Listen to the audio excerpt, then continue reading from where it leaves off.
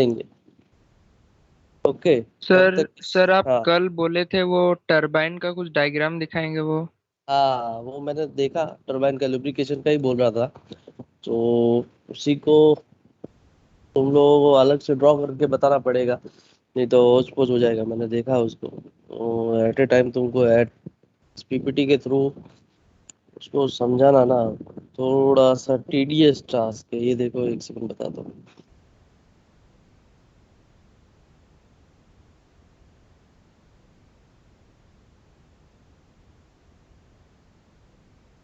ये देखो, इससे कुछ पता चलेगा तुम लोगों को।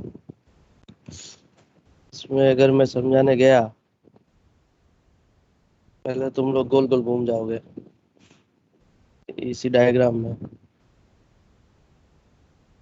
दिख रहा है ना ये डायग्राम? सर खाली एमओटी लिखा हुआ दिख रहा है सर हाँ सर। क्लियरली, बाकी सब नहीं दिख रहा है। हाँ, तो वो क्या है कि देखो, एक्चुअली तुम्हारा स्क्रीन पे भी उतना कुछ दिखेगा नहीं। वो सारा लाइन एक्चुअली उसमें शो कर रखा है, तो इतना तुमको उसमें क्लियर नहीं हो पाएगा।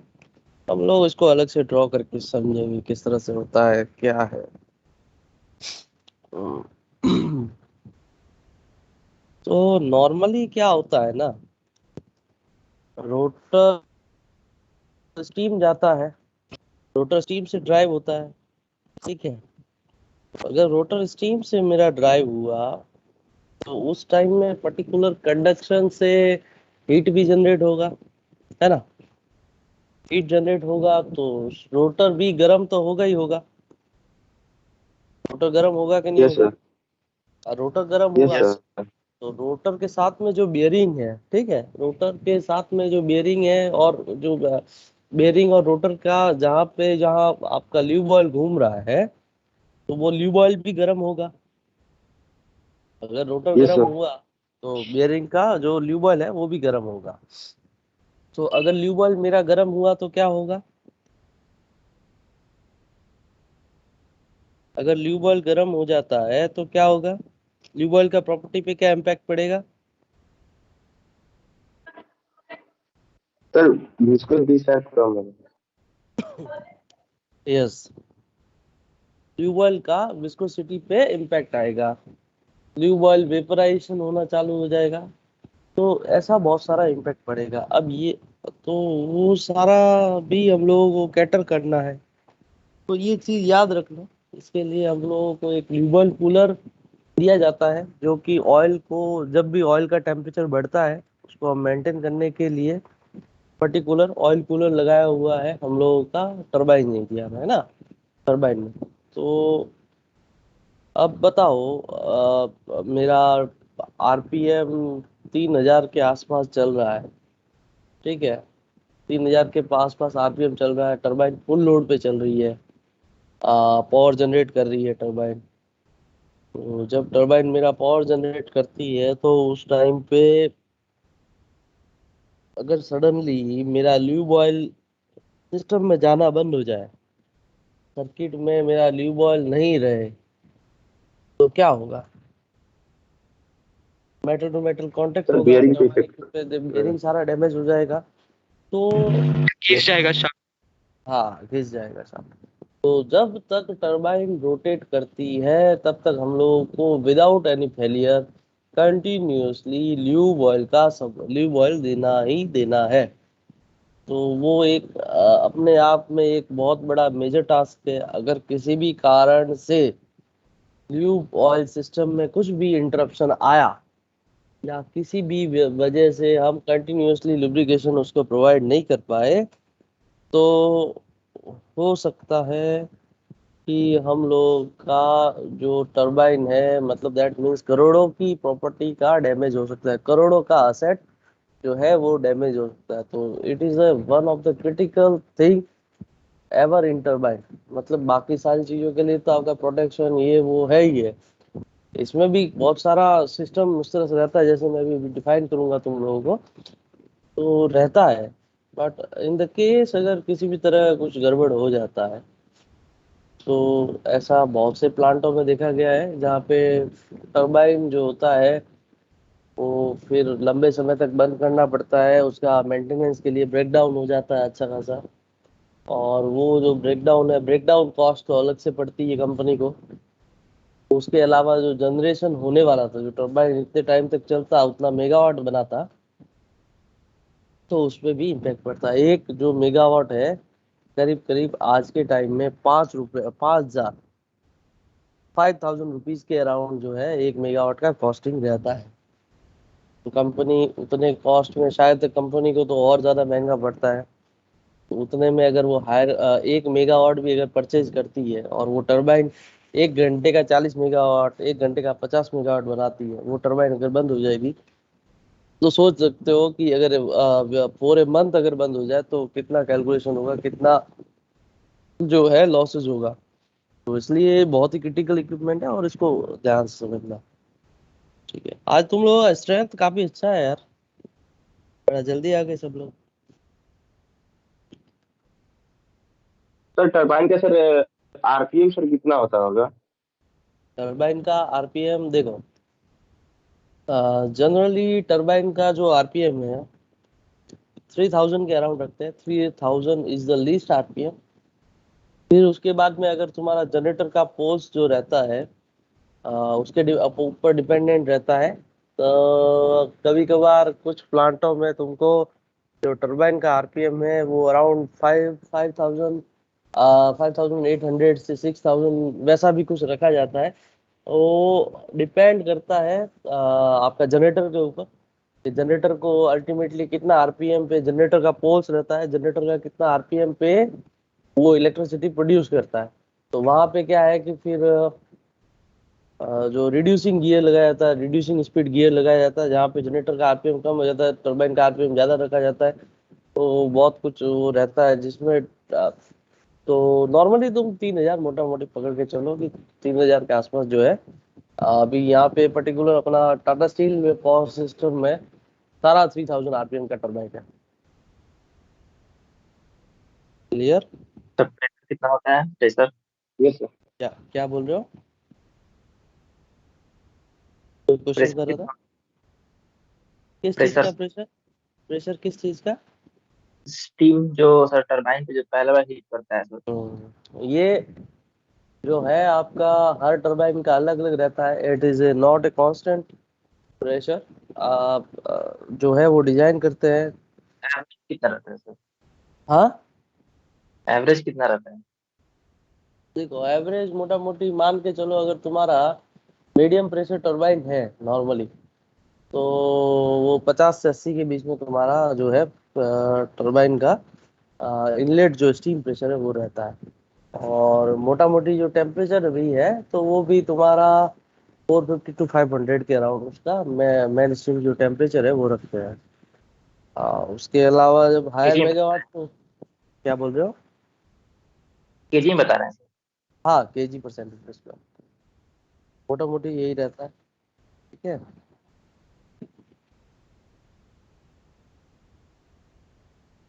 सो स्टार्ट करते हैं ट्यूबवेल सिस्टम के बारे में। ट्यूबवेल किस तरह से हम लोगों का रहता है, देखते हैं। ट्राई करता हूँ यार ड्राइंग बनाने का, थोड़ा टीडियस टास्क तो है।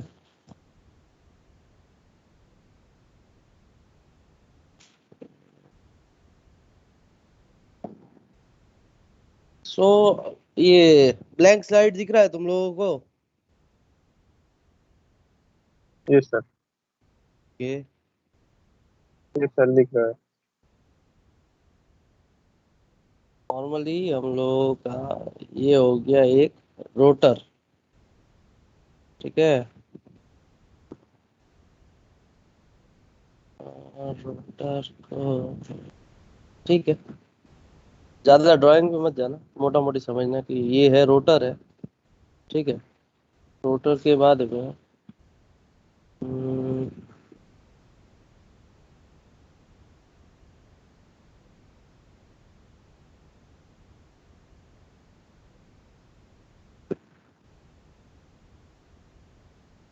हो गया मेरा टरबाइन। ठीक है,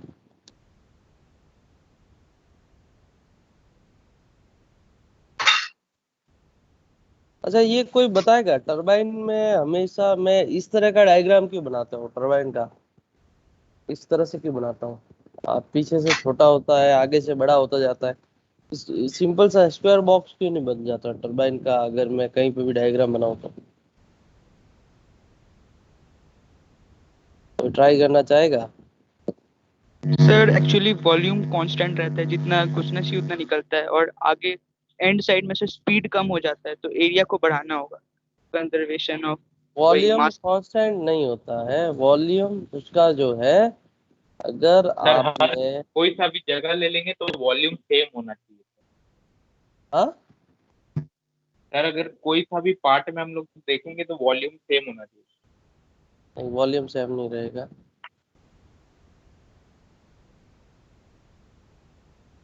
तो सर रोलिंग पढ़ा रहे थे तो उसी का लॉजिक लगाए। वॉल्यूम सेम नहीं रहेगा। अगर मेरा वॉल्यूम अगर सेम रहेगा तो फिर कोई दिक्कत ही नहीं है। वॉल्यूम क्या होता है?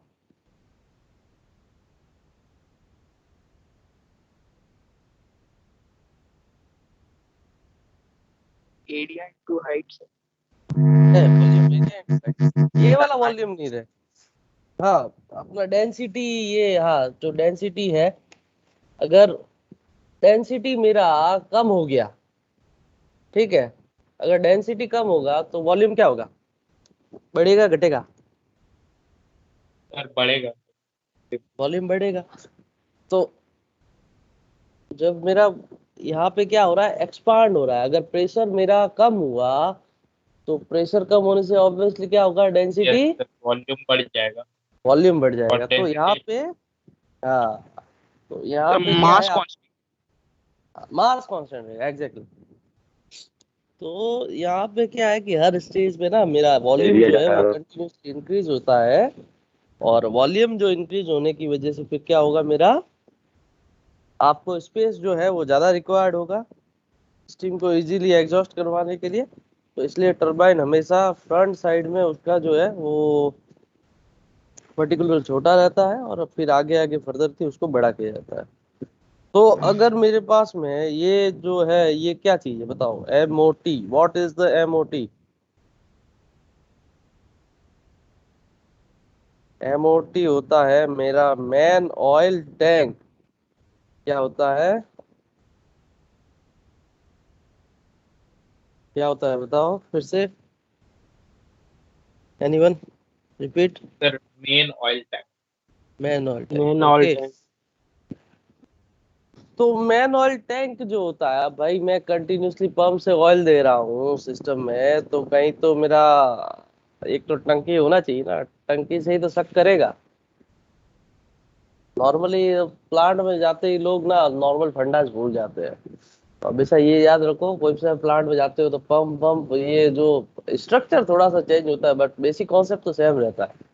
वही है, अपना घर पे जो टंकी से पानी ऊपर चढ़ाते हैं वही सारे पंप रहते हैं, बस वो अलग अलग फ्लूइड हैंडल करते हैं, वो बात अलग है। तो ऐसे ही है हम लोगों का MOT। MOT में वही है, एक बड़ा सा रिजर्वायर, रिजर्वायर एक बड़ी सी टंकी है। इस टंकी बहुत बड़ी रहती है, इसमें काफी सारा ऑयल रहता है, काफी सारा oil in the sense 15,000 litre, 20,000 litre, हो सकता है उससे भी ज्यादा हो। तो अलग अलग टंकी की साइज रहती है, तो उतना ऑयल रहता है, पर्टिकुलर ऑयल। और एकदम वही आपका जो टरबाइन के लिए कौन सा ऑयल का रिक्वायरमेंट है, कल क्या क्या बताया था, कौन कौन सा ऑयल यूज होता है? सर्वो 48 एंड सर्वो 65 रहता है। 68। एक 68। Servo 58 and servo 68। तो ये जो है दो ऑयल रहते हैं। अब भाई अगर मेरे को बेरिंग में कंटिन्यूअसली ऑयल देना है, तो पंप जो रहता है उसका स्टैंड बाय वगैरह सब जुगाड़ होना चाहिए। तो पहला जो पंप होता है मेरा उसको बोलते हैं MOP। MOP, main oil pump, main oil pump. क्या बोलेंगे? Main oil pump. Main oil pump. दूसरा होता है AOP, auxiliary oil pump. Auxiliary oil pump. दूसरा जो पंप होता है उसको हम बोलेंगे ऑक्सिलरी ऑयल पंप। यार पे कॉपी नहीं हो रहा है। तो हम लोगों का पहले तो एक मैन पंप होता है, एक उसका स्टैंड बाय पंप होता है। तो दो पंप होते हैं जो अपना एसी करंट पे चलते हैं। एसी करंट पे चलते हैं यानी आपका अगर एमओपी चल रहा है कंटिन्यूअसली वो ऑयल सप्लाई करेगा। भाई मशीन है, इक्विपमेंट है, कभी भी बंद हो सकता है, कोई गारंटी नहीं है ना। चलती मशीन बंद हो सकती है, कौन जानता है। तो हर मशीन का जो भी क्रिटिकल इक्विपमेंट्स रहते हैं जिसके बिना काम चलना मुश्किल होता है, तो उसके लिए एक सपोर्ट में हम लोग स्टैंड बाय पंप देते हैं। तो वही स्टैंड बाय पंप है यहाँ का एओपी, ऑक्सिलरी ऑयल पंप। ठीक है, तो हो गया आपका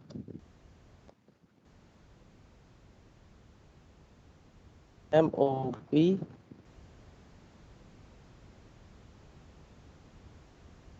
ये हो गया आपका।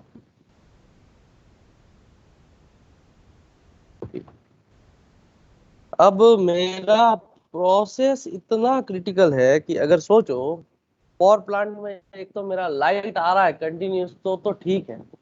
लाइट अगर कंटिन्यूसली जल रहा है, पावर आ रहा है, सिस्टम सारा सर्किट ठीक चल रहा है, लेकिन कभी कोई गारंटी है कि लाइट 24 घंटे सही रहेगा? हम कितना भी अच्छा सिस्टम बना ले तो भी कोई गारंटी नहीं है कि मेरा जो ऑयल्स, ये क्या कहते हैं, लाइट है, वो हमेशा आता रहे, आप सिस्टम को चलाते रहे। That is not possible. हो सकता है कभी कुछ प्रॉब्लम भी हो जाए। तो अगर मेरा लाइट चला गया तो लाइट जाते ही जब हो सकता है टरबाइन में ट्रिप कर दो, लेकिन 3000 आरपीएम से स्टैंड स्टिल कंडीशन में आने में उसको कुछ टाइम लगेगा। उसका कुछ पर्टिकुलर टाइम होता है या पोस्टिंग डाउन टाइम होता है। डायरेक्टली 3000 से जीरो पे नहीं लाते हैं, उसके बीच में हम एक बारिंग गियर का सिस्टम होता है जिसमें आपको कंटिन्यूसली टरबाइन को जब 3000 से डाउन करते हैं, 0 आरपीएम ले जाना होता है। तो उससे पहले कुछ टाइम तक जब तक आपका रोटर जो है गर्म है, तब तक हम उसको 200-300 आरपीएम में घुमाते हैं, ताकि जब धीरे धीरे ठंडा हो तब उसके बाद में बंद करते हैं। तो वो एक अलग प्रोसेस का पार्ट है। तो अगर मेरा लाइट ही जाना बंद हो गया, लाइट आना बंद हो गया, फिर भी टरबाइन को घूम रहा है, तब भी मेरे को तो ऑयल तो सप्लाई करना है। तो वो प्रॉब्लम कैटर करने के लिए बैटरी ऑपरेटेड पंप भी दिया जाता है यहाँ पे, बैटरी ऑपरेटेड पंप। तो वो एक प्रॉब्लम कैटर करने के लिए यहाँ पे दिए। हाँ, डीसी पंप। DC pump. और डीसी पंप का होता है नाम ईओपी। क्या नाम होगा? ईओपी, और इमरजेंसी ऑयल पंप। ये सिर्फ मेरा इमरजेंसी में काम करता है। ठीक है। अब ये इमरजेंसी ऑयल पंप है। तो हम लोगों का अभी जो है ल्यूब्रिकेशन सिस्टम में क्या क्या पंप यूज कर रहे हैं? एमओपी, एओपी और ईओपी। ईओपी जो है वो है particular DC system, DC supply से रन होता है, और तभी यूज होगा जब हम लोगों का पर्टिकुलर एसी सोर्स जो है, लाइट है, वो अनअवेलेबल हो जाएगा, तब ये मेरा सिस्टम में आएगा, तब मुझे ईओपी को ऑटोमेटिक रन हो जाएगा। ऐसा बहुत सारा प्रोटेक्शन होता है। अब उसके बाद में हम लोग क्या होगा? उसके बाद में हम लोग जब ऑयल जो है वो पर्टिकुलर यहाँ से जाएगा, हम लोगों को ऑयल क्यों कूल करना पड़ता है? ऑयल कूल करने का रिक्वायरमेंट क्यों है, बताएगा कोई? सर जो टरबाइन है सर, उससे हीट हम लोग को निकालना होता है, तो ऑयल तो कूलिंग किया जाता है। हाँ, तो ये हमेशा ये ध्यान रखना है। तो ऐसा नहीं है कि सारा जो पंप होता है उसमें ही जितना पंप में लुब्रिकेशन होता है वहां पे आपको हीट एक्सचेंजर का रिक्वायरमेंट नहीं होता, क्योंकि आपका वहाँ रोटर इतना गर्म नहीं रहता है, इसलिए ल्यूब ऑयल में टेम्परेचर भी इंक्रीज नहीं होता है। सो नॉर्मली ये लुब्रिकेशन में ऑयल जो कूलर है वो टरबाइन और भी कहीं हो सकता है, बट अभी जो मैंने recently in power plant particularly जो ऑयल कूलर देखा है वो या तो इसमें देखा है अपना टरबाइन में, या फिर तुम्हारा पुराना जमाने का जो बॉयलर फीड पंप रहता था जिसमें ऑयल कंटिन्यूसली जाता था बेरिंग्स के अंदर, तो वहां पे थोड़ा बहुत ऑयल कूलर का रिक्वायरमेंट, ऑयल छोटा छोटा कूलर रहता है, तो वो एक है।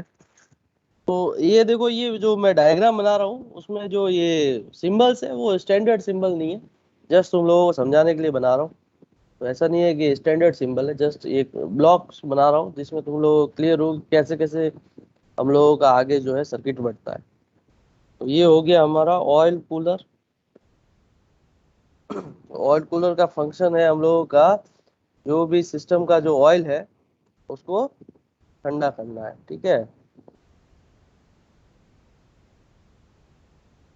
ऑयल कूलर के बाद में हम लोगों का आता है सिस्टम में ऑयल फिल्टर, डुप्लेक्स फिल्टर जिसको बोलते हैं। डुप्लेक्स फिल्टर क्या काम करेगा?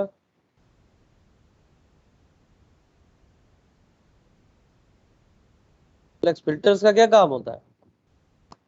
सर कोई भी पार्टिकल को सर वो हटा देगा अगर ऑयल में सर भी ज्यादा पार्टिकल्स आ गए। डुप्लेक्स फिल्टर तो ये बहुत ही फाइन फिल्टर्स होते हैं, है ना, बहुत ही फाइन फिल्टर्स होते हैं जहाँ पे आपका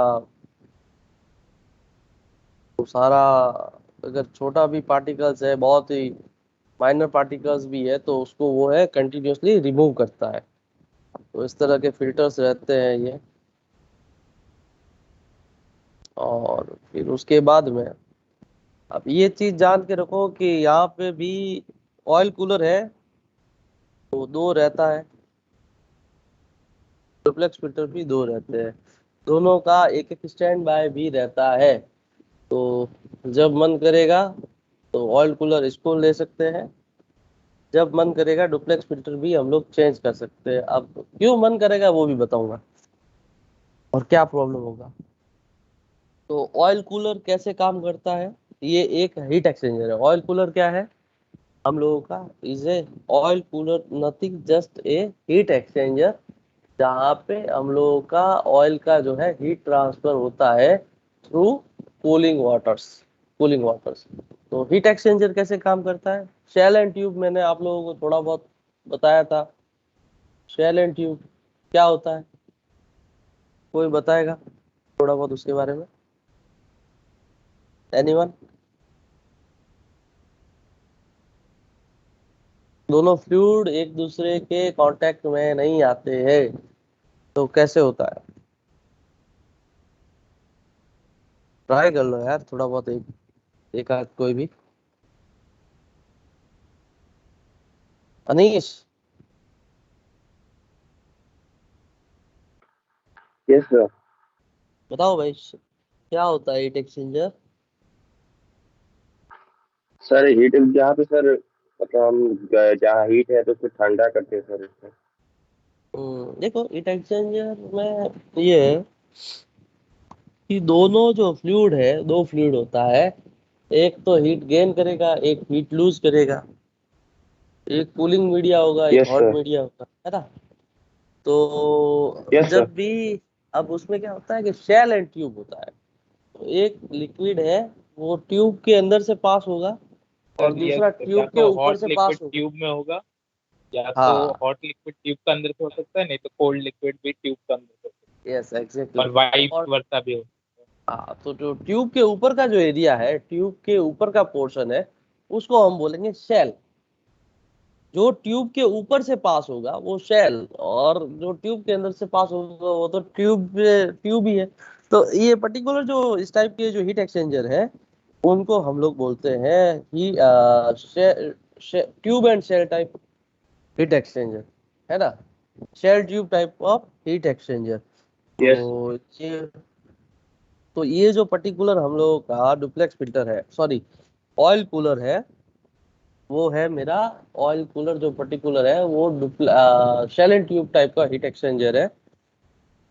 अब यहाँ पे अगर मेरा ल्यूब ऑयल जो कूल हो जाता है, अब ये हमेशा हम लोगों को इंश्योर करना रहता है, यहाँ पे अरेंजमेंट होता है इस ऑयल कूलर में, जिसके थ्रू हम लोगों को पर्टिकुलर ऑयल का जो टेम्परेचर है वो around 45 to 48, that is the standard.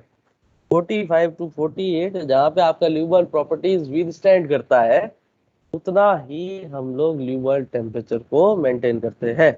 तो यहाँ पे उसका ल्यूबल टेम्परेचर को कूल कर दिया जाता है, ल्यूबल को कूल किया जाता है एंड कूल करके फिर आगे फर्दर भेजा जाता है। ओके। अब यहाँ पे प्रॉब्लम ये आता है कि ये जो पर्टिकुलर ल्यूबल कूलर है, इसमें हम लोग जो है ट्यूब टाइप में, ट्यूब साइड में कूलिंग वाटर भेजेंगे। तो कूलिंग वाटर भेजेंगे तो पहले अब जो जो नए प्लांट आ रहे हैं, तो जो नए प्लांट आ रहे हैं उसमें ल्यूबल कूलर में जो कूल करने के लिए जो पानी भेजा जाता है, अब क्लोज लूप में एक डीएम वाटर भेजा जाता है। अ, हो सकता है तुम जिस प्लांट में जाओ, कभी कोई पावर प्लांट में चला गया तो उसको शायद तक वहां नहीं मिलेगा, लेकिन तुम लोग फर्दर इंजीनियरिंग करके करवा सकते हो उसको भी। अभी जो रिसेंटली हम लोग काफी सारे जगह जो है डीएम वाटर यूज करते हैं, लेकिन अगर अभी भी हम पुराना प्लांट्स की बात करें तो पुराने प्लांट्स में ये जो ऑयल कूलर्स है, इन ऑयल कूलर्स में आपका जो वाटर है वो कूलिंग वाटर जाता है, और कूलिंग वाटर का जो प्रॉपर्टीज रहता है वो काफी इतना सही नहीं रहता है। और वो जो कूलिंग वाटर है उसकी वजह से क्या होता है कि जो ट्यूब है, ट्यूब में धीरे धीरे आपका जो स्केल फॉर्मेशन है वो हो जाता है। There is scale chances of scale formation to the continuous flow. और जब स्केल फॉर्मेशन होगा तो आपका क्या होगा, अगर ट्यूब के अंदर स्केल फॉर्मेशन होगा तो क्या होगा, एनीवन? सर इफिशियंसी घट जाएगा सर वाटर एक्सचेंज फ्लो का। अच्छे से नहीं होगा। नहीं, एक्सचेंज एफिशिएंसी सर तो कंडक्ट घटेगा ही। नहीं करेगा सर।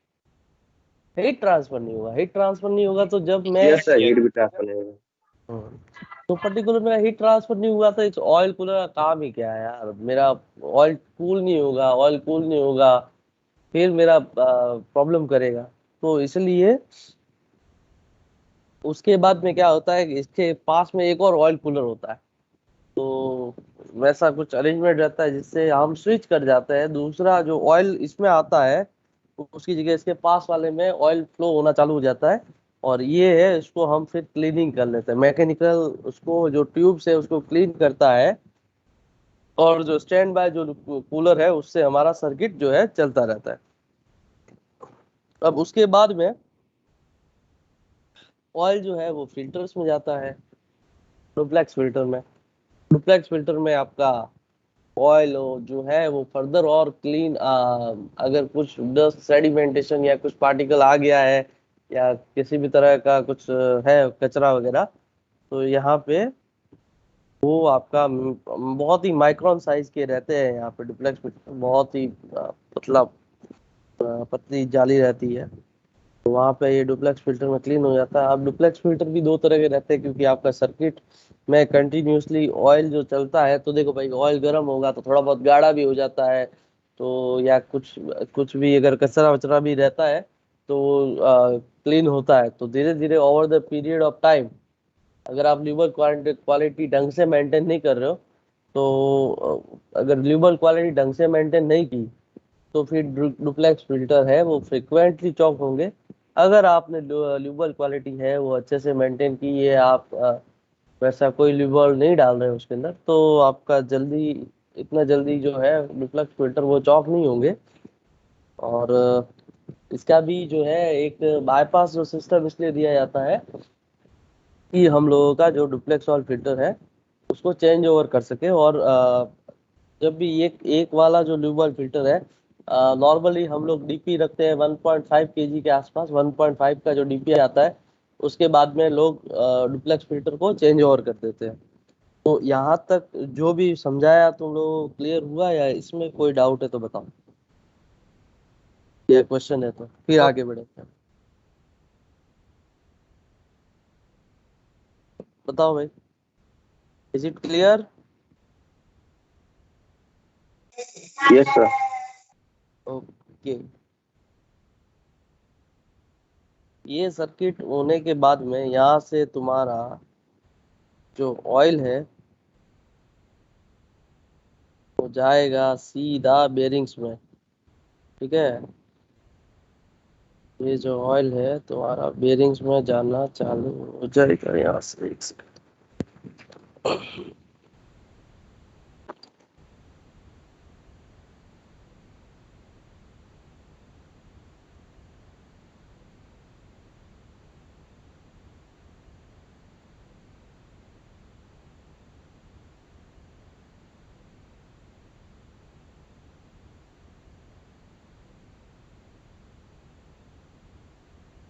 ये इसमें भी जाएगा,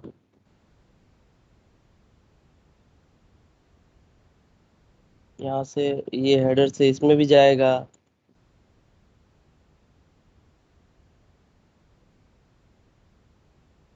ये वाले बेयरिंग में भी जाएगा। अच्छा बताओ, इसमें एक बेयरिंग मैंने नहीं बनाया है, कोई बता सकता है मैंने कौन सा बेयरिंग नहीं बनाया है?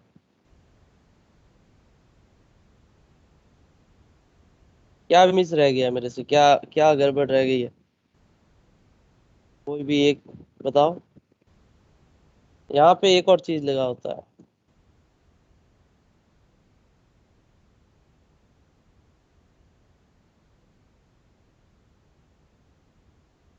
टरबाइन में कितना तरह का लो आप बियरिंग, कितना कौन कौन सा लोड को बियर करता है? रेडियल बताओ लोड यार। एक्सेल। तो ये जो टरबाइन का ये जो 4 बियरिंग बनाए हैं वो तो मेरा रेडियल लोड सपोर्ट कर रहा है। एक्सियल लोड के लिए कौन सा बेयरिंग बताया था मैंने? Thrust bearing. Thrust bearing. तो थर्स्ट बेयरिंग यहाँ से बनाया नहीं था, तो ये थर्स्ट बेयरिंग हो गया। भाई अब बताओ, ये सिस्टम में मेरा ऑयल जा रहा है, कंटिन्यूस बेयरिंग में ऑयल जा रहा है और ये पंप के थ्रू मैं ऑयल दे रहा हूँ, सप्लाई कर रहा हूँ। तो भाई ऑयल वापस निकलेगा कि नहीं निकलेगा? वापस क्या इकट्ठा होता जाएगा बेयरिंग में? No sir. ऐसे निकले। तो ये सारे जो ऑयल्स है, सारे के सारे ऑयल हर बेयरिंग में है ना, हर एक बेयरिंग से सारा जो ऑयल है वो इसमें सर्किट घूमेगा और घूमने के बाद में वापिस कहाँ जाएगा? एक हेडर के थ्रू आपका एमओटी में चला जाएगा। ठीक है, एमओटी में आया सारा ऑयल। अब सारा का सारा ऑयल जो है वो क्लोज लूप में चल रहा है। अब यहाँ से जो मैंने ऑयल भेजा था बेयरिंग में, और बेयरिंग से जो ऑयल वापस मेरा एमओटी में आ रहा है, एमओटी में क्या ये सारा ऑयल का टेम्परेचर, ये जो भेजा और जो वापस आया, इन दोनों ऑयल का टेम्परेचर सेम है? No no sir. सर। नहीं है, क्योंकि यहाँ पे मेरा कंडक्शन जो रोटर का हीट था वो कुछ ना कुछ ऑयल जो है वो मेरा ऑयल जो है वो लेके आया टेम्परेचर। तो मोटा मोटी टेम्परेचर मान के चलो अबव 55 रहता है यहाँ पे, अबव 55 टू 60 के आसपास, 60-65 के आसपास। ठीक है, तो उसमें क्या होता है ना, ऑयल जो है मेरा कंटिन्यूसली क्या जनरेट करेगा? फ्यूम्स जनरेट करेगा, पेपर जनरेट करेगा, हल्का फुल्का करेगा ना भाई। 60 डिग्री या 60-65 के आसपास भी अगर रहा तो थोड़ा बहुत तो ऑयल मेरा फ्यूम्स जनरेट करेगा ही नहीं करेगा? ऑयल को कंटिन्यूसली तुम 65 डिग्री का हीट दे रहे हो तो वेपर जनरेट करेगा ही नहीं करेगा? Do you agree with me और नॉट? हाँ। तो अगर मैं इस सिस्टम में अगर क्लोज लूप में चलाता हूँ, क्लोज लूप में चलाता हूँ, क्लोज लूप में कंटिन्यूस चला रहा हूँ, 65 डिग्री का हीट इनपुट आ रहा है, 65 डिग्री का हीट इनपुट आ रहा है, तो वेपर इकट्ठा होता गया। ठीक है, सिस्टम में वेपर का यहाँ इकट्ठा एमओटी में इकट्ठा होता जाएगा। अब बताओ, एमओटी में कंटिन्यूसली वेपर इकट्ठा होने से क्या हो सकता है? एमओटी में प्रॉब्लम हो सकता है कि नहीं? उसका प्रेशराइज होगा एमओटी या नहीं होगा? होगा। बताओ यार, आज सुस्त सुस्त कैसे लग रहे हो? सर होगा। हम्म। तो जो एमओटी में अगर मेरा पेपर जनरेट हुआ तो वो प्रेशराइज हो सकता है। तो ये ही इसका सॉल्यूशन करने के लिए यहाँ पे दो बड़ा बड़ा फैन लगा, बड़ा बड़ा नहीं, छोटा छोटा, बड़ा नहीं बोल सकते उसको, छोटा फैन लगाया जाता है यहाँ पे, जो कनेक्टेड रहता है पर्टिकुलर मेरा एमओटी टैंक का टॉप से। अब ये कौन से फैन लगाए जाते हैं? ये ओवीएफ, इनको वैसे नाम जो है वो बोलता है, स्टैंडर्ड नाम है इनका OVEF, oil vapour extraction fan. Oil vapour extraction fan, लिखूं नाम या पता चल गया?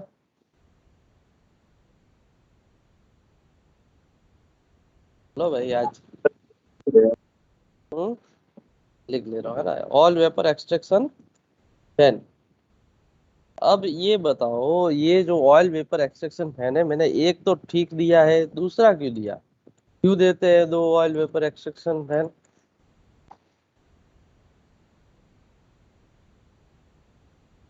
अभी कुछ, यस, प्रिकॉशन के तौर पे, ये आपका एज ए स्टैंड बाय है।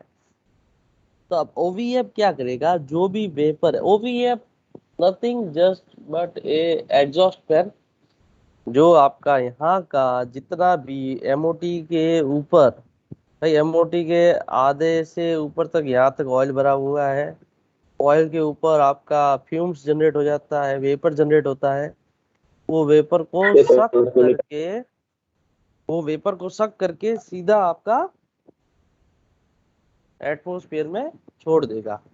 तो इस यही काम रहता है तो वेपर से OVEF कुछ का। इफेक्ट पड़ता है क्या? क्या बोल रहे हो? सर वो वेपर से कुछ इफेक्ट पड़ेगा? हाँ, अफेक्ट पड़ेगा ओवर द पीरियड। देखो, अगर मेरा सिस्टम कंटिन्यूस रन, अब आप मतलब 5-6 घंटा वैसे ही रखे तो कोई दिक्कत नहीं है, लेकिन अगर ज्यादा टाइम तक रखा तो भाई मेरा वेपर थोड़ा बहुत तो प्रेशराइज करेगा ना टैंक को।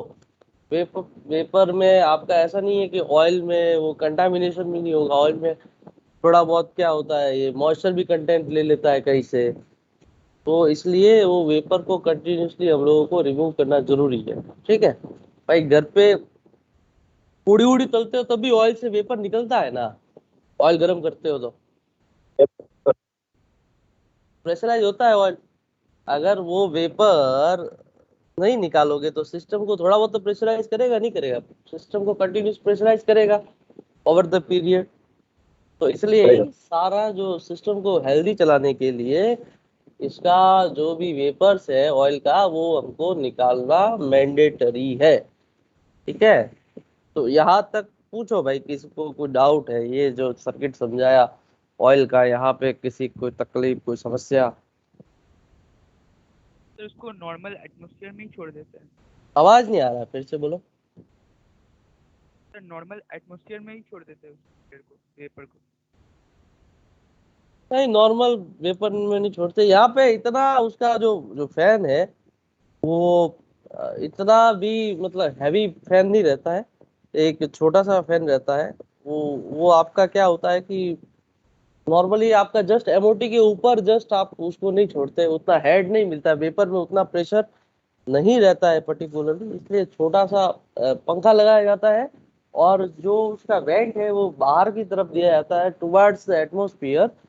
तो थोड़ा सा वो प्रेशर जनरेट करके उसको मतलब एक सक्शन प्रेशर क्रिएट करता है, ताकि वो वेपर को, वेपर में इतना प्रेशर नहीं रहता है कि ऑटोमेटिकली वो बाहर चला जाए। जैसे कि आपका किचन में नॉर्मली तुम अगर एक खिड़की दे दोगे तो भी वो इजीली तुम्हारा सारा जो फ्यूम्स है वो जाएगा नहीं, तुमको एक पंखा लगाना ही पड़ेगा उसको खींच के बाहर निकालने के लिए। तो वही कॉन्सेप्ट है कि यहाँ पे तुमको एक पंखा लगाना ही पड़ेगा वो वेपर को निकालने के लिए, उतना सिस्टम को।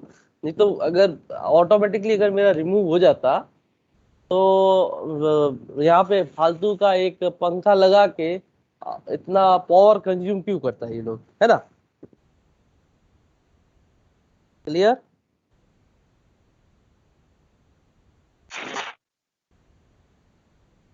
सर ये ऑयल फिर लिक्विड फॉर्म में आ सकते हैं क्या? क्या बोल रहे हो? जी सर, ऑयल वेपर निकलता है वो सर लिक्विड फॉर्म में आ सकता है उससे? फिर से लिक्विड में नहीं आता है वो जो है वो क्या होता है कि ऑयल का प्रॉपर्टीज खराब हो जाता है, चेंज हो जाता है। और वो फ्यूम से वो इतना भी नहीं, बहुत ज्यादा नहीं निकलता है, ऐसा नहीं। अगर वो उस लेवल का निकलता तो फिर उसके ऊपर वो और सर्च करता लोग, ये होता, पर उतना नहीं निकलता है। नॉर्मली आपका बहुत ही हल्का फुल्का वेपर निकलता है। और अगर उसको रीस्टोर भी करने की कोशिश करेगा, वैसे तो उसको रीस्टोर करने को मतलब नहीं है, करेगा तो भी बहुत सारा प्रॉपर्टीज जो है वो चेंज हो जाता है। और ये मान के चलो कि अगर मेरा क्लोज लूप सही काम कर रहा तो कई महीनों तक मेरे को, 3-4 महीनों 5 महीनों तक भी मेरे को नया ऑयल चढ़ाने की जरूरत नहीं पड़ती, तो वैसा कुछ प्रॉब्लम नहीं रहता।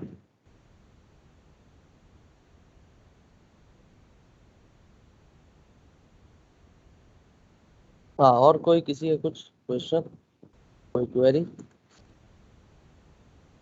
फिल्टर को सर थोड़ा सा, आवाज नहीं आ रहा है। डुप्लेक्स फिल्टर को सर थोड़ा डीप में बता। डुप्लेक्स फिल्टर एक जाली है, नॉर्मली मैश होता है। मतलब डुप्लेक्स फिल्टर का कुछ नहीं है। डुप्लेक्स फिल्टर में तुम्हारा एक तरह का मैश होता है, जाली होता है। वो जाली के थ्रू आपका ऑयल जो है पास होता है, ठीक है। बहुत फाइन जाली होता है, बहुत फाइन जाली। उसके थ्रू आपका ऑयल जो है वो पास होता है, और ऑयल पास होते ही जो कचरा है, जो पार्टिकल्स है, वो आपका वो डुप्लेक्स फिल्टर में चिपक जाता है, और आगे जो है वो मूव फॉरवर्ड नहीं होता है। बस इतना ही काम है। डुप्लेक्स फिल्टर में कोई बड़ा इंजीनियरिंग नहीं है। अब डुप्लेक्स फिल्टर का अगर तुम अंदर से कंस्ट्रक्शन वगैरह जानना चाहते हो तो तुम उसको नेट पे भी चेक कर सकते हो कि किस तरह से रहता है। वो गोल टाइप का रहता है, उसके अंदर कैसे जाता है। बट ये power plant one of the critical equipment इसलिए है कि आपको ड्यूरिंग द प्रोसेस अगर चेंज ओवर करना है या चार्जिंग करना है, तो एक ऑपरेशनल पार्ट है वो, काफी टीडियस टास्क है, और इसको बहुत ही प्रिकॉशन के साथ में किया जाता है। क्योंकि अगर रनिंग टरबाइन में कर रहे हो तो थोड़ा सा इम्पैक्ट आता है ल्यूबल प्रेशर पे वगैरह। तो वो एकदम ऑपरेशन प्रोस्पेक्टिव से इसमें थोड़ा लेंदी है। बट अगर ऐसा सिस्टम समझने जाओगे तो जस्ट एक फिल्टर है, फिल्टर के अंदर से ऑयल पास होता है, दैट्स इट।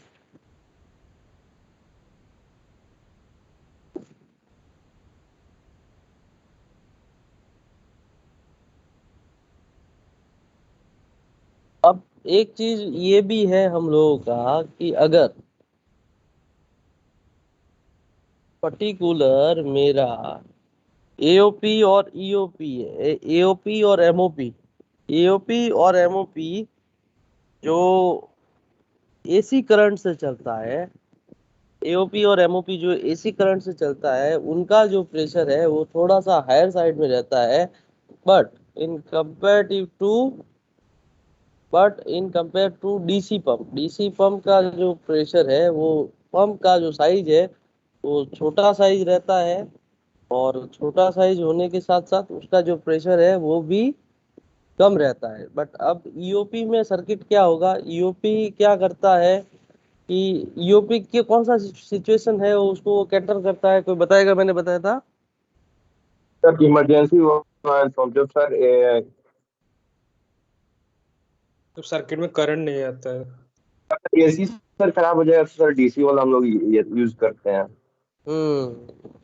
तो अब क्या है कि सिस्टम में बहुत सारा प्रोटेक्शन दिया जाता है। उस कंडीशन में क्या होता है, अगर किसी भी कारण से पर्टिकुलर मेरा ये एओपी और एमओपी ये दोनों ट्रिप हो जाता है, तो मेरा ईओपी रन करता है। और ईओपी का जो प्रेशर है, ईओपी का जो प्रेशर है वो पर्टिकुलर 3.5 के आसपास रहता है, 3.5 kg।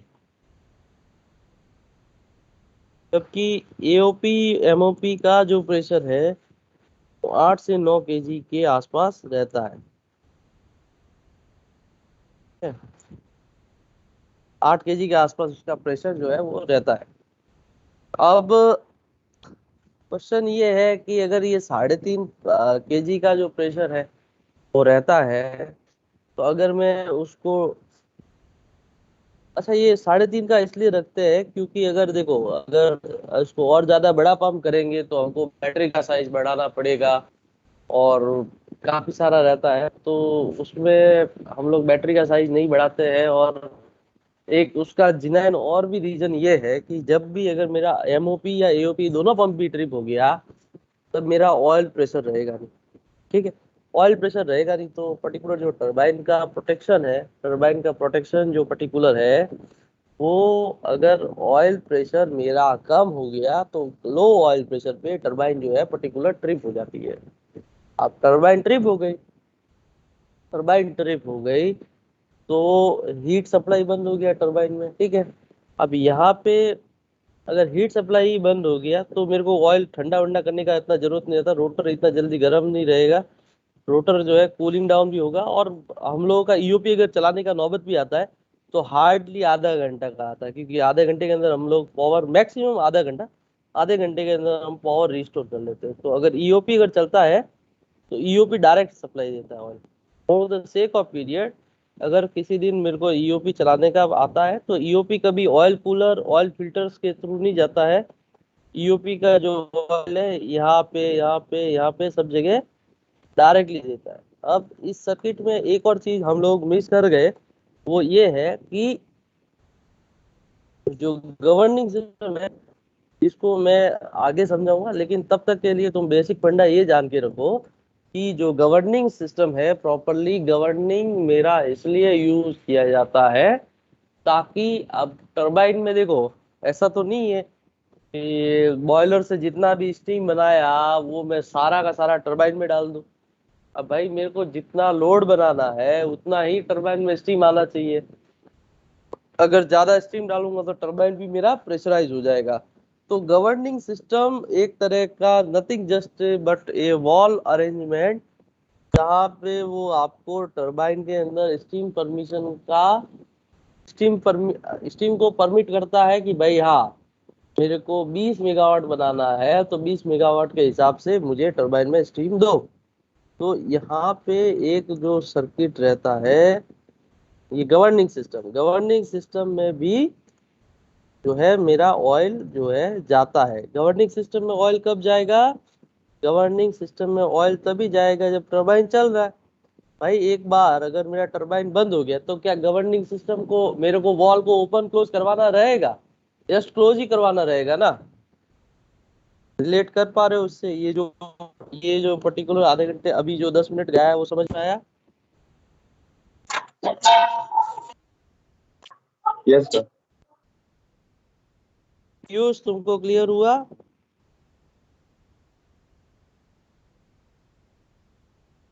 पीयूष गुरचेत?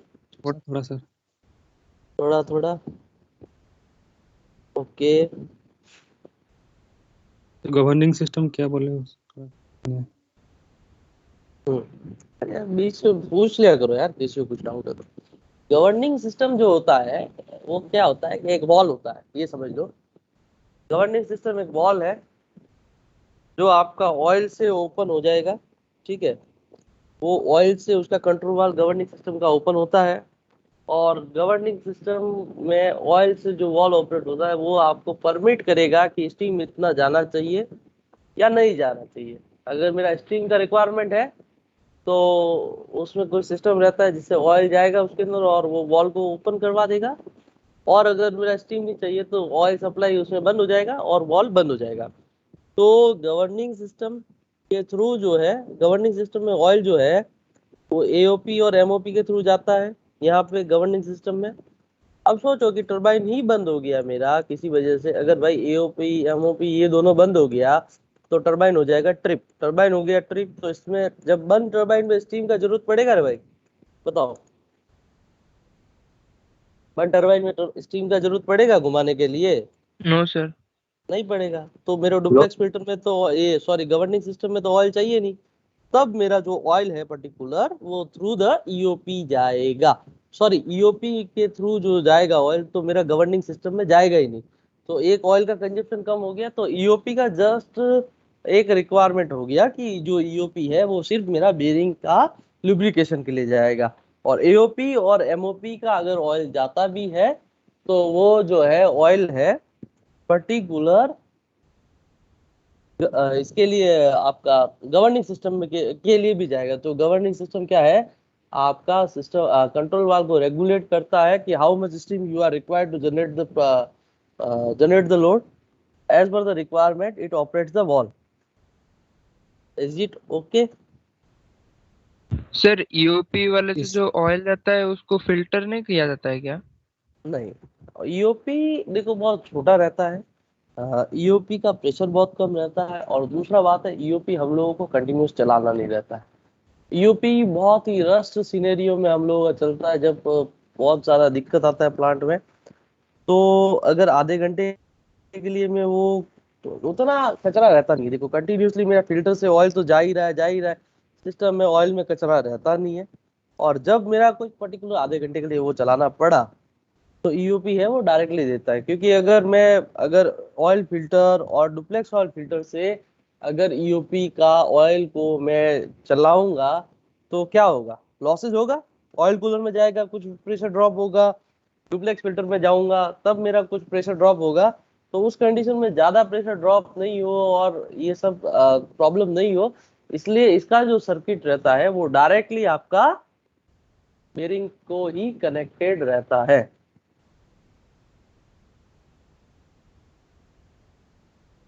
बोलो आदर्श।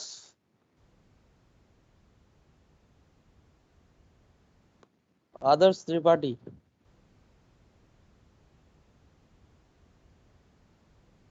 क्या भाई, यस सर। समझ में आया? हाँ जी सर, आ रहा है। क्या समझे भाई, बताओ ईओपी का क्या काम है? ईओपी का फंक्शन क्या है आदर्श?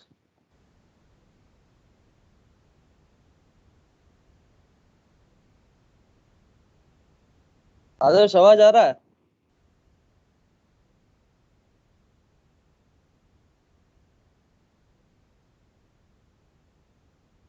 बताओ भाई, ईओपी का फंक्शन क्या है, फिर से रिपीट करो।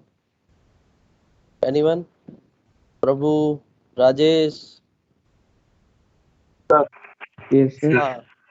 सर ईओपी हम होता है इमरजेंसी ऑयल पंप, और वो सिर्फ इमरजेंसी में वर्क करता है।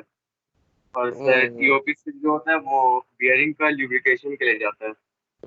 ओके।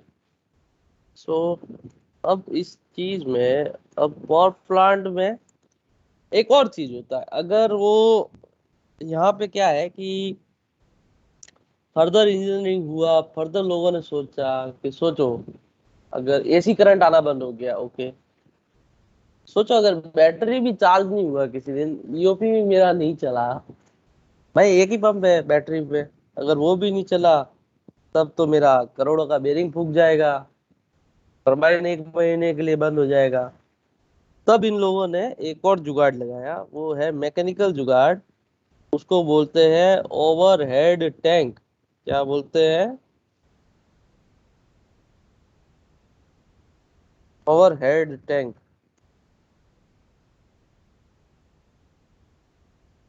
अब ओवरहेड टैंक क्या होता है, ये कैसे काम करता है, इसके बारे में हम लोग जानेंगे। तो सबसे पहले एक चीज जानो कि what is the coasting down time. Costing down time, costing down time. Costing down time क्या होता है?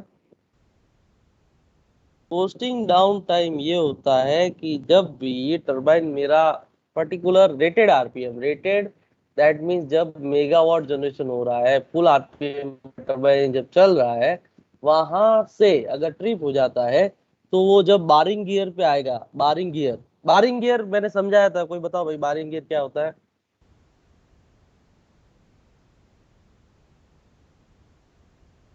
नहीं, बारिंग गियर ये होता है कि जब भी टरबाइन मेरा पर्टिकुलर 3000 आरपीएम से अगर मैं डाउन करता हूँ, तो सीधा उसको 0 आरपीएम नहीं करूंगा, उसको उससे पहले मेरा पर्टिकुलर एक आरपीएम पे लाके वो लो आरपीएम पे घुमाता रहूंगा। लो आरपीएम में घुमाना उसको जरूरी है, नहीं तो क्या होगा, वो इतना हैवी शाफ्ट है, एकदम से उसको बंद करूंगा तो वो शाफ्ट जो है बैंड हो जाएगा।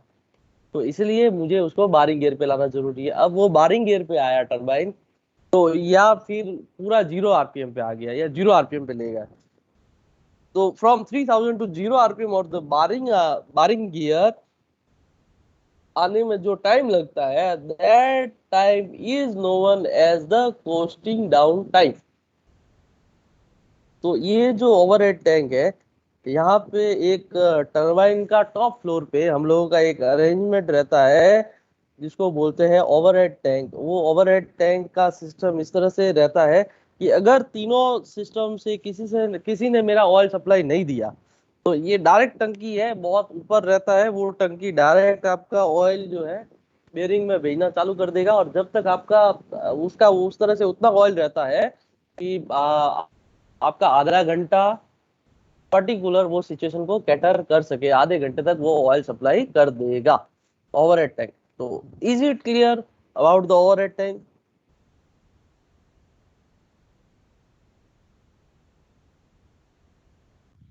क्या सर हुआ? थोड़ा कॉस्टिंग डाउन टाइम थोड़ा फिर से बता दें। कोस्टिंग डाउन टाइम क्या होता है? अगर आपका टरबाइन किसी भी आरपीएम पे चल रहा है, फुल आरपीएम पे चल रहा है, फुल आरपीएम से 0 आरपीएम पे आने में जो टाइम लगता है 3000 से 0 पे, अगर मेरे यहाँ का टरबाइन का बात करूं जो 3000 पे चलता है, तो उसको 3000 से 0 आरपीएम पे आने में जो टाइम लगता है, this particular time is known as coasting down time. From rated to standstill condition, the time taken during rated RPM to standstill condition is known as the coasting down time. Clear? हाँ sir. नहीं हो गया?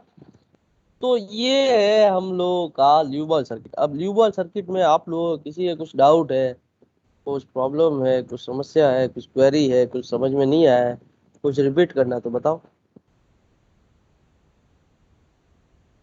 यहाँ पे एक और चीज लगा रहता है ना, बारिंग गियर। ये पर्टिकुलर इस जोन पे इसको बोलेंगे यहाँ पे बारिंग गियर। बारिंग गियर तुम लोगों का ऑपरेशन का है, उसको वो क्या होता है मैंने यही बता रहा हूँ तुमको कि जब कंट्री जब भी टरबाइन को डाउन करेंगे, तो टरबाइन को डाउन करते टाइम में हम लोग 3000 से सीधा सीधा 0 पे नहीं लाते हैं। क्यों नहीं लाते हैं? क्योंकि आपका रोटर है वो गर्म रहता है। अगर रोटर मेरा गर्म है, तो अगर उसको सीधा 0 आरपीएम पे ले आऊंगा, कोई भी हॉट जो भी हैवी रॉड है उसको 0 आरपीएम पे घुमाते घुमाते एकदम सडनली 0 पे ले आया हॉट कंडीशन में, तो वो थोड़ा सा मुड़ जाएगा, बीच में से टेढ़ा हो जाएगा। इसलिए आपको जब तक उसका टेम्परेचर डाउन नहीं हो जाता है, लेस देन 100 नहीं आ जाता है, तब तक उसको घुमाते रहते हैं लोअर आरपीएम पे, ताकि वो शाफ्ट में बैंड नहीं आ जाए, या जो जो भी आपका रोटर है वो एक्सपांड होके वो बेयरिंग में फंस नहीं जाए। तो ये सारी सिचुएशन को कैटर करने के लिए उसको बारिंग गियर पे घुमाया जाता है। तो that's it from my self. तो अब बताओ कि किसी को कुछ कुछ डाउट है बारिंग गियर से रिलेटेड, ऑयल सर्किट से रिलेटेड, तो उसको हम लोग डिस्कस करते हैं।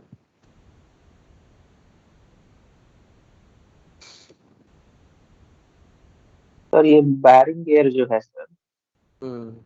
हेलो हाँ हाँ सर, बोलो। जैसे जब स्टॉप करना होता है तो इसको मतलब क्या करते हैं कि स्लो पे ला के और छोड़ देते हैं कि अपने आप ये रुक जाएगा।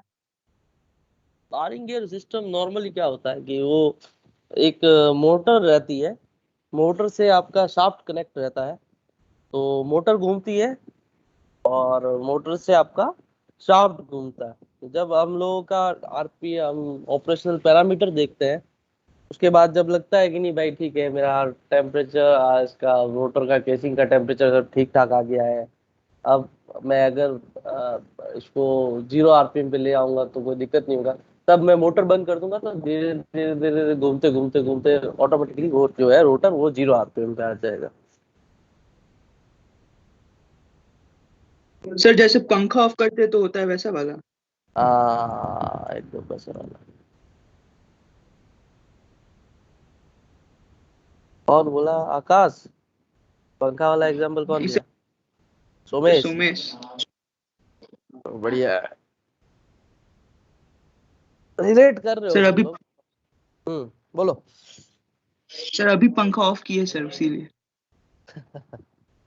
हम्म, तो आई होप ल्यूमा सिस्टम तुम लोगों को समझ में आया होगा। मैंने अपने साइड से पूरा ट्राई किया तुम लोगों को ल्यूमा सिस्टम समझाने का। बाकी आदर्श को मुझे लग रहा है अभी भी समझ में नहीं आया। आई थिंक वो लेट ज्वाइन किया है। तो अभी भी किसी का कुछ डाउट है, कुछ क्वेरी है, क्वेश्चन है, पूछ सकते हैं आप लोग।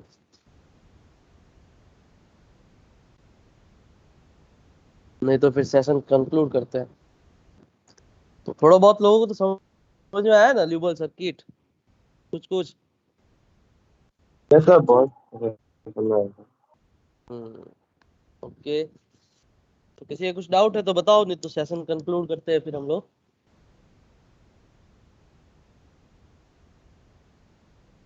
स्वराज कुमार पांडा।